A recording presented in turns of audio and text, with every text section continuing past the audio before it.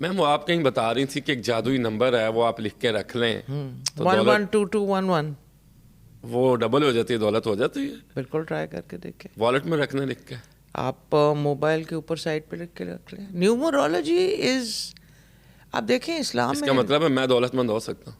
क्यों नहीं हो सकता है, बिल्कुल। जादुई नंबर, जादुई नंबर विल गिव यू, हाँ कई दफ़ा देखें लोगों के प्राइज अमाउंट निकल आते हैं इसी नंबर से।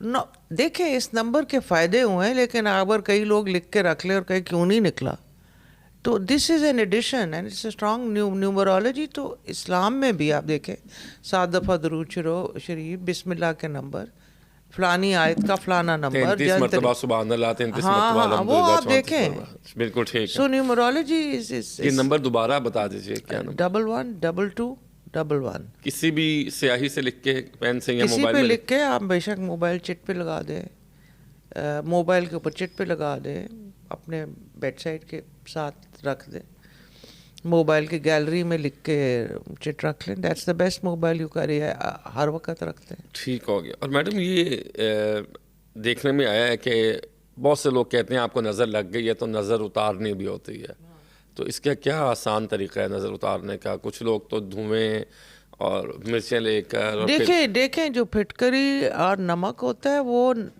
आपको क्लेंस करता है, तो आपका ऑरा भी क्लेंस करता है। आप मरियम हीलिंग सेंटर शुरू तो ट्रू स्टोरी से तो हुआ था, अब वो सदकों की इसलिए लाइन लग गई है कि मैंने जो देखा है कि लोग पूछ रहे हैं, तो हर तरीके की उधर मैंने बताई, इसका बहुत रेमेडी बताई हुई है। ठीक हो गया। अच्छा, ये हर बंदा ज़ाहिरा आजकल ख़वातीन हो मर्द हो वो जॉब्स करते हैं, करना भी चाहिए। ऑफिस की भी एक सियासत होती है, जैसे बहुत जालिम, बहुत जालिम। आप मेरा सवाल ही समझ गई। ऑफिस की सियासत से कैसे डील कर रहे हो? भाई मैं तो देखा है कि लोगों को नर्वस ब्रेकडाउन्स, प्रॉब्लम्स, बिकॉज देखें 8-9 घंटे आप ऑफिस में रहते हैं, आप उधर की प्रॉब्लम्स ज़ाहिर घर पे लाएंगे अगर आप वहाँ से खुश वापस नहीं आएंगे।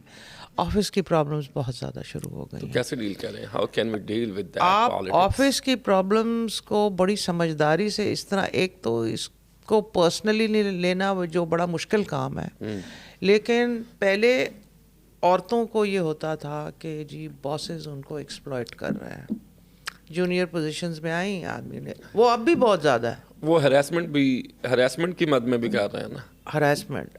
और दूसरा मैंने एक बड़ी स्ट्रेंज चीज़ नोट की है, मैंने वो लोग जो बहुत जेन्युइन हैं, अपनी कंपनी के साथ जेन्युइन है और एक्स्ट्रा टाइम लगा रहे हैं, उनके बॉसेस उनको तरक्की नहीं देते।